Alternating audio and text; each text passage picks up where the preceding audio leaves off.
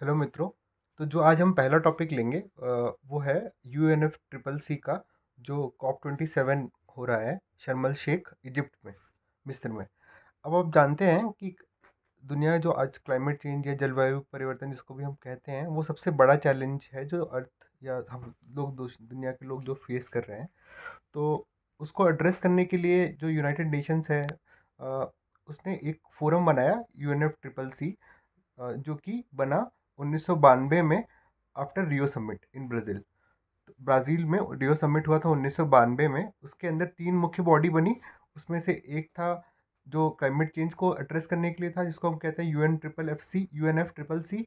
फिर एक बॉडी बनी जो डेजर्टिफिकेशन या जो अ, भूमि जो डेजर्ट बन जाती है, डेजर्ट जैसे राजस्थान में डेजर्ट है, उसको एड्रेस करने के लिए उसको अपन ने बोला यूएन डबल सी डी, मतलब United Nations Convention to Combat desertification.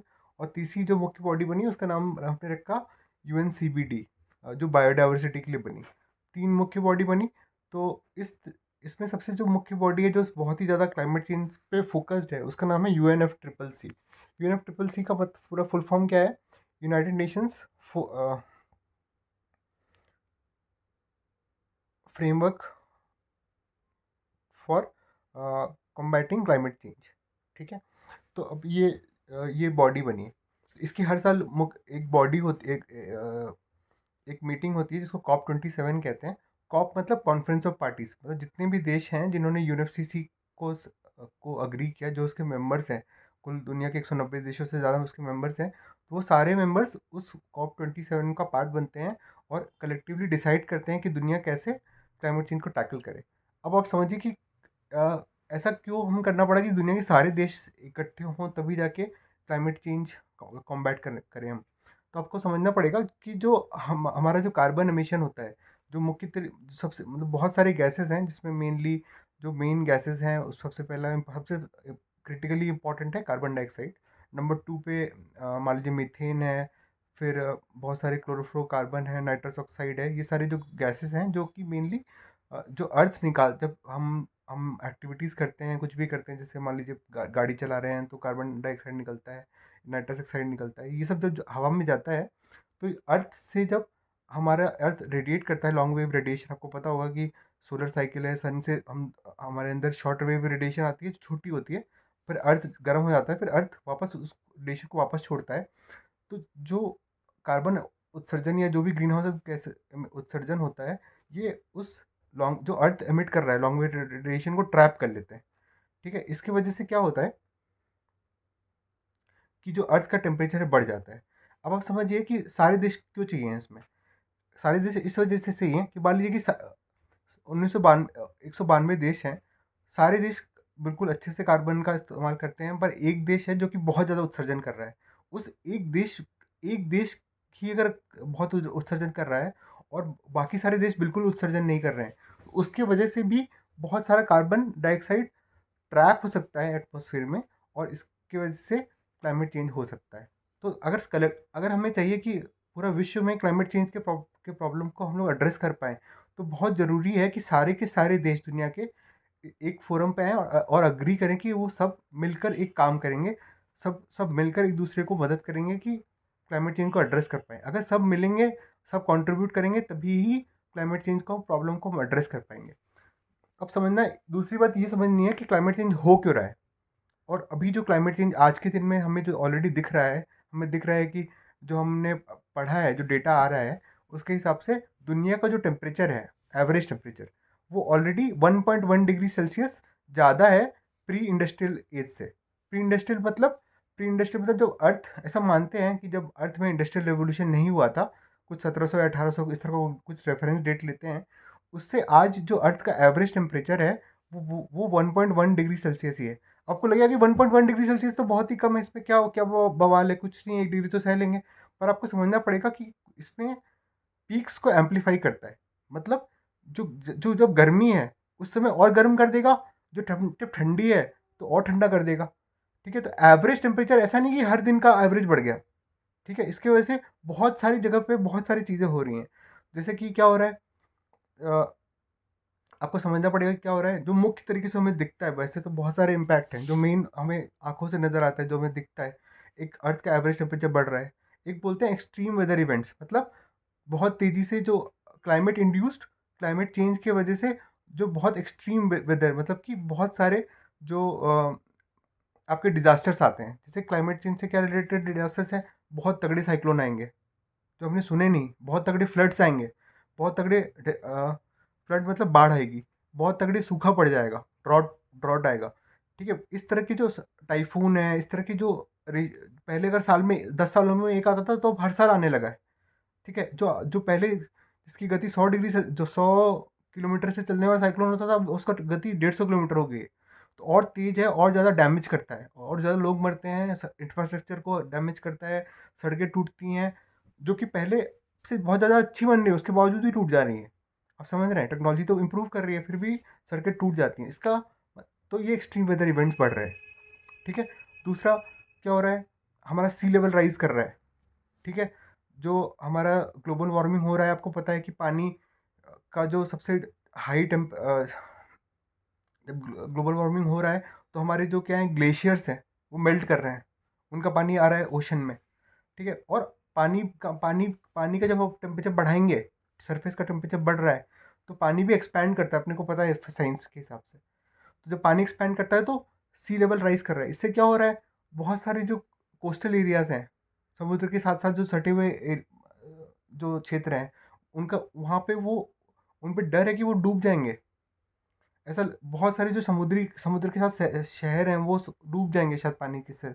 बहुत सारे आइलैंड्स हैं, जैसे मॉरिशस है, मालदीव्स है, अपने पैसिफिक आइलैंड्स हैं, बहुत सारे छोटे छोटे देश हैं, नाउरू, फिजी, इस तरह के जो देश हैं, इनके बहुत सारे आइलैंड डूब जाएंगे, ऐसा लग रहा है। ये लोग बहुत चिंतित हैं। ठीक है, और क्या हो रहा है, जो हमारा जो पोलर एरिया है, वहाँ पे बर्फ़ मेल्ट हो रही है। वहाँ का जो जीव जंतु है, जो बर्फ़ पे डिपेंडेंट है, जिनकी लाइफ, वो, उनको पता नहीं कैसे जिएंगे। ठीक है, हमें अब डर लगता है कि बहुत सारे जैसे पोलर बियर है, हो सकता है एक्सटेंट हो जाए। हमारे जो हिमालयाज़ हैं, उन पे जो ग्लेशियर हैं, जो रिवर्स हैं, गंगा को, ब्रह्मपुत्र को, इंदस को, या इस तरह के जो बहुत सारे रिवर्स निकलते हैं इन पहाड़ों से, वो वो ग्लेशियर उनको जो फीड करते हैं उन रिवर्स को, वो रिवर्स मेल्ट हो, वो बिकॉज ग्लेशियर बंद हो जाएंगे, तो वो रिवर्स पेरेनियल नहीं रहेंगी, हमेशा बहेंगी नहीं उनमें। जब गर्मियों में जब बारिश नहीं होती, तो ग्लेशियर से ही पानी आता है शुरुआत वाला, वो लो पानी नहीं रहेगा। आप सोचिए क्या हालत होगी।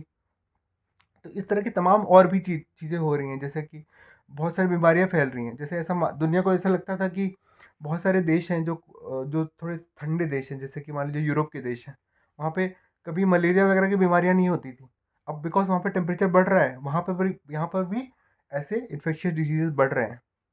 ठीक है, हमारे कुछ जो क्रॉप्स हैं, जैसे वीट हुआ, आप समझिए वीट को एक ठंडा टेम्परेचर चाहिए पकने के लिए, पर बिकॉज बहुत जल्दी टेम्परेचर बढ़ जाता है, तो वीट पक नहीं पाता। इस तरह के इम्पैक्ट्स हो रहे हैं, तो दुनिया का फूड सिक्योरिटी भी कॉम्प्रोमाइज़ हो रहा है। तो इस तरह के जो डैमेजिंग इम्पैक्ट्स हो रहे हैं, उसको एड्रेस करने के लिए हम लोग को ग्लोबल कंसेंसस चाहिए, सारे देशों को एक साथ आना पड़ेगा, तभी जाकर कुछ हम लोग एक टैंजिबल एक्शन ले पाएंगे जिससे सबका बेनिफिट हो। इस वजह से हर साल एनुअल मीटिंग होती है, COP 20, कॉप जिसको COP कहते हैं।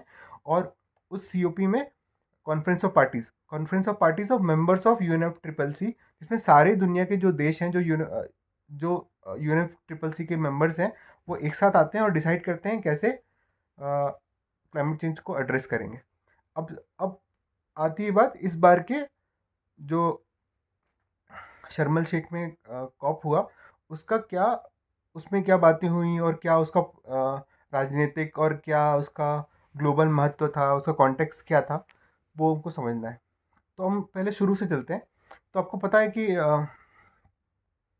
जो UNFCCC हुआ, उस पर एक अग्रीमेंट हुआ। अ, उसमें तीन चार जो मेन जो अग्रीमेंट्स हुए, सबसे पहले क्योटो प्रोटोकॉल आया। क्योटो प्रोटोकॉल में क्या बोला, कि क्योटो प्रोटोकॉल में बोला गया कि मान लीजिए कि कोई देश है दुनिया में, जैसे कि UNFCCC में दुनिया के देशों को दो हिस्सों में बांट दिया गया। ठीक है, Annex 1, जिसमें दुनिया के ऐसे देश आए जो कि बहुत अमीर थे। ठीक है, जो इनका पर कैपिटा लेवल बहुत हाई था, और ऐसा भी माना गया क्योंकि ये देश बहुत पहले अमीर हुए, और इन्होंने बहुत सारे फॉसिल फ्यूल जलाए। फॉसिल फ्यूल मतलब इन्होंने ऐसे ईंधनों का यूज़ किया जिससे बहुत ज़्यादा क्लाइमेट चेंज हो रहा है हुआ। ठीक है, तो इसमें जैसे कौन कौन से देश आए, यूएस आया, यूरोप के बहुत सारे देश आए, जापान आया, इस तरह के देश आए। ठीक है, और NX2 में बाकी डेवलपिंग वर्ल्ड्स, मतलब जो कंट्रियाँ, जो देश अभी उतना डेवलप नहीं है, उनको रखा गया। ठीक है, तो जैसे भारत, चीन, इस तरह के जो देश हैं, बाकी जो अफ्रीका के बहुत सारे तमाम देश, तो ये सारे देश जो मुख्य तरह से अब लगभग सारे देश जो जो डेवलप नहीं है, उनको अपन ने NX2 में रख दिया। ठीक है, तो ऐसा हमने माना कि NX1 कंट्रीज अमीर भी हैं और ये जिम्मेदार भी हैं क्लाइमेट चेंज के लिए। नंबर पार्ट 2 में रखा है ऐसे देश जो अभी गरीब हैं, जो अभी डेवलपमेंट कर रहे हैं और जो जिम्मेदार नहीं है क्लाइमेट चेंज के लिए। अब क्या होता है, इसके अंदर हम लोग क्योटो प्रोटोकॉल आता है 1998 के अराउंड। उसमें ऐसा हम लोग बोलते हैं कि जो अमीर देश हैं, ठीक है, वो क्या करेंगे, वो कार्बन ट्रेडिंग करेंगे।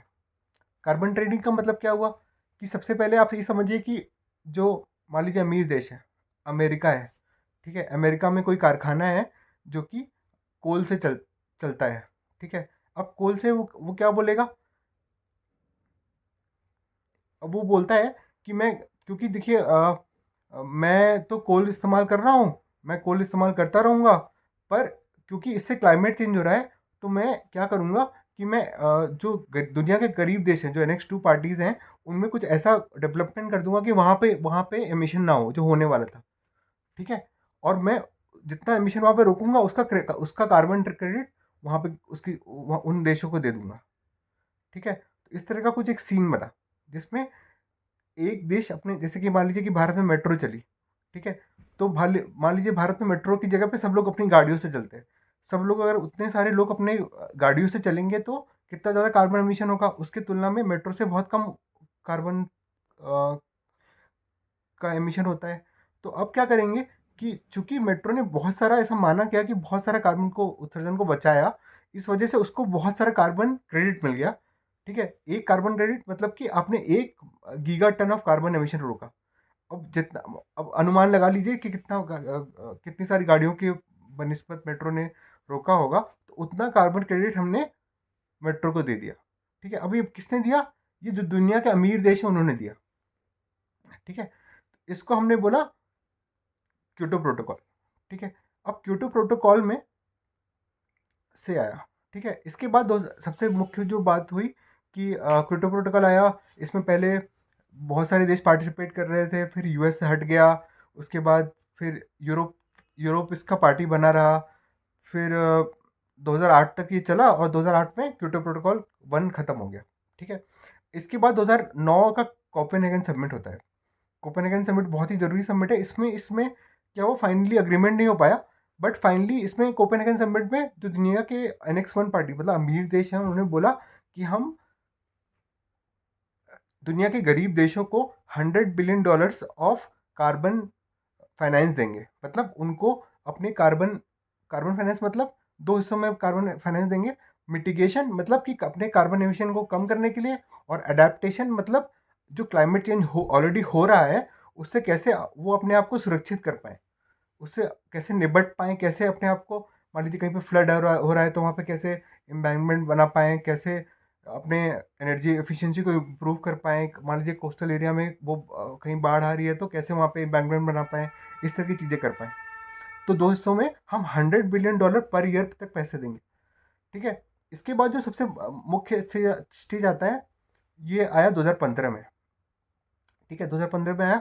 इसका हमने नाम रखा पेरिस क्लाइमेट डील। ठीक है? तो पेरिस क्लाइमेट डील में हमने क्या देखा, क्यों आया पेरिस क्लाइमेट डील? क्योंकि हमने देखा कि 1992 में UNFCCC फायदा साइन हुआ, उसके बावजूद भी लगातार ग्लोबल एमिशन बढ़ते ही जा रहे थे, एक साल भी कम नहीं हुए। हर साल ग्लोबल एमिशन बढ़ते ही जा रहे थे। इसके साथ साथ बार बार जो IPCC नाम की संस्था बनाई थी, WMO और UNFCCC ने मिलकर 1992 में, उसकी बार बार रिपोर्टें आती थी। उन रिपोर्टों में से ये पता चला कि क्लाइमेट चेंज तो बढ़ता ही जा रहा है, और जो उसका डर है वो बहुत ज़्यादा बढ़ता जा रहा है। और ऐसा उन्होंने पाया कि अगर हम दुनिया के जो देश हैं वो मिलकर एक कड़ा फैसला ना लें कि वो अपने ग्लोबल एमिशंस को तुरंत कम करेंगे, तब तक नहीं तो दुनिया के लिए बहुत देर हो जाएगी और क्लाइमेट चेंज बहुत ज़्यादा बढ़ जाएगा। इसके लिए इन्होंने पेरिस क्लाइमेट डील साइन किया, जिसमें ऐसा दुनिया ने माना कि हम 1.5 डिग्री, मतलब दुनिया के ग्लोबल वार्मिंग को 1.5 डिग्री तक लिमिटेड कर देंगे। ठीक है, 1.5 मैक्सिमम 2। ठीक है, 1.5 सबसे हम चाहते हैं, और मैक्सिमम 2 के बियॉन्ड तो कभी भी नहीं जाएंगे, ये हमने डिसाइड किया। और इसके लिए उसमें बहुत ही इलेबोरेट प्रोसीजर्स हमने साइन किए कि सब कुछ रिफॉर्म करेंगे क्लाइमेट चेंज को, और जो हमारा बहुत सारे कमिटमेंट्स को इंक्रीज करेंगे, उसमें बहुत सारे मैकेनिज्म बनाए हमने। ठीक है, अब तो फिर उसमें अभी शर्म एल शेख का मीटिंग हुआ है, उसी को पेरिस क्लाइमेट वाली बात को और आगे ले जाने के लिए। तो सबसे पहले जो इसमें बात हुई कि इसको ऐसा बोला गया कि इम्प्लीमेंटेशन, इस जो सबमिट है इसका मुख्य बिंदु है इम्प्लीमेंटेशन। मतलब हमारा जो गोल होगा दुनिया का इस वाले सबमिट में, कि हम जो पेरिस क्लाइमेट चीज की बहुत सारी बातें हैं उसमें उसकी बातें ज़मीन पे उतरे, उस चीज़ पे फोकस होगा। ठीक है, तो सबसे पहले इसको इम्प्लीमेंटेशन सबमिट का नाम दिया गया।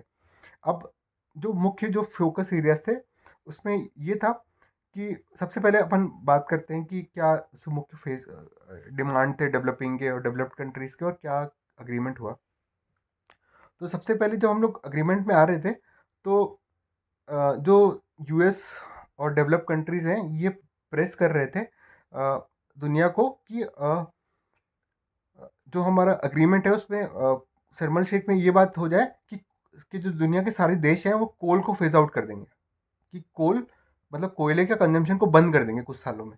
ठीक है, पर अब जैसे जानते हैं कि भारत एक गरीब देश है, और हम हमारे पास कोयला ही हमारा मुख्य सोर्स है, जिससे हम स्रोत है जिससे हम अपने एनर्जी या ऊर्जा के जो संसाधन वो जुटाते हैं। तो हमने क्या पाया कि हम भारत इसके अगेंस्ट था, कि भारत इसके खिलाफ था कि दुनिया कोल को फेज आउट कर दे। ठीक है, तो इंडिया ने क्या बोला, तो जो फाइनल जो टेक्स्ट आया उसमें, जो फाइनल जो अग्रीमेंट हुआ उसमें जो वर्ड यूज़ किया गया उसमें फेज आउट की जगह फेज डाउन, मतलब कम करेंगे कोल को, ना कि ख़त्म कर देंगे।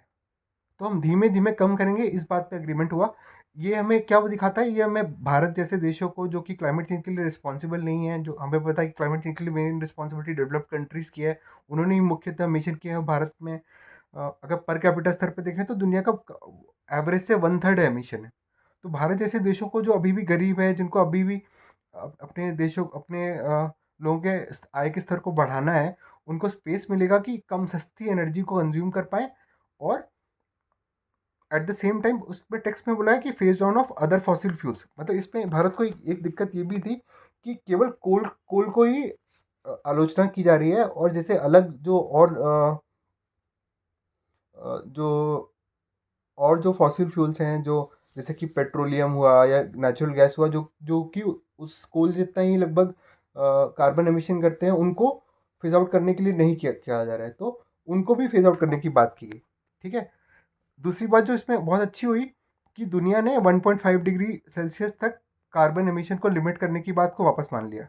ठीक है, बहुत लोगों को लग रहा था कि ऐसा नहीं होगा, शायद 1.5 डिग्री सेल्सियस के लिए अग्रीमेंट नहीं होगा, और तो इससे फिर से क्या बोलते हैं क्लाइमेट चेंज बहुत बढ़ जाएगा। बट एक सब ने कंसेंसस किया कि हम सब मिलकर तुरंत कार्बन एमिशन को बहुत ही जल्दी से कम करेंगे पूरी दुनिया के देश, और 1.5 डिग्री से सेल्सियस से ज़्यादा ग्लोबल वार्मिंग को नहीं होने देंगे।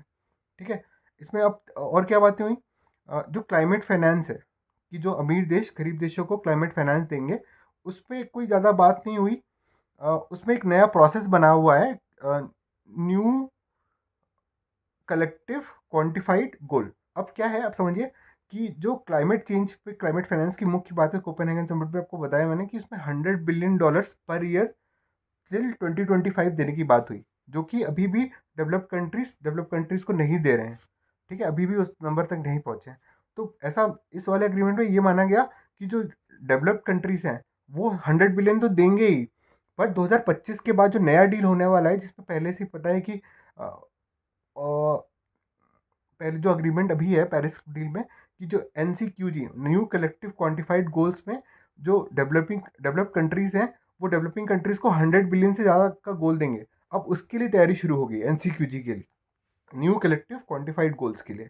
ठीक है, इसमें और जो एक अच्छी बात ये हुई, अच्छी बात तो नहीं बोलना चाहिए, जो थोड़ी भारत को लिए अच्छी बात नहीं है, उसमें एग्रीकल्चर मतलब कृषि से लेकर संबंध, कृषि को लेकर कृषि इसमें पहले जो पेरिस क्लाइमेट डील है या यूएनएफसीसी है, उसमें एग्रीकल्चर लेके कोई बात नहीं था।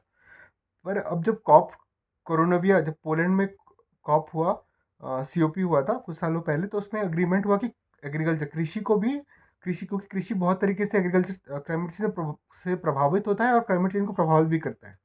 जैसे आपको मैंने बताया कि टेम्परेचर्स बढ़ेंगे तो बहुत सारे जो फसलें हैं वो ख़राब हो जाएंगी।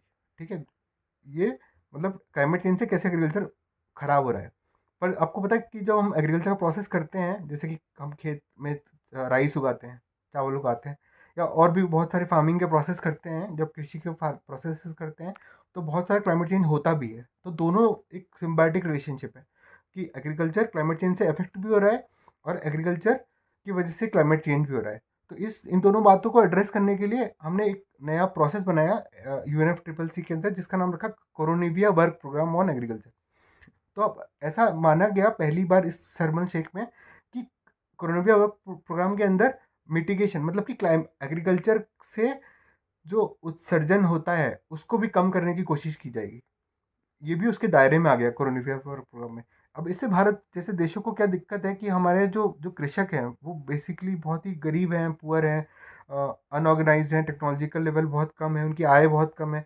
तो वो इस तरह की जो नई टेक्नोलॉजी है जिसमें आपको क्लाइमेट जो कार्बन उत्सर्जन कम करना है अपनी क्रॉपिंग से, ये अफोर्ड नहीं कर सकते। अगर उन पे, और दूसरी ओर जो अमीर देश हैं वो अपने खुद के उत्सर्जन तो कम कर नहीं रहे हैं, और दुनिया के गरीब देशों के जो सबसे गरीब और क्लास है, जो सबसे जो काफ़ी मजबूर जो व्यक्ति है, कृषक, उसको उसके ऊपर अब और जिम्मेदारी डाल रहे हैं। तो ये भारत जैसे देशों को एक्सेप्टेबल नहीं हुआ, और इस पे बात देखते हैं कैसे होती है आगे बढ़ के। यही जो मुख्य बातें हैं जो इस समिट में हुई हैं। बाकी मैं और वीडियोस बनाता रहूँगा इस पे। ठीक है, धन्यवाद।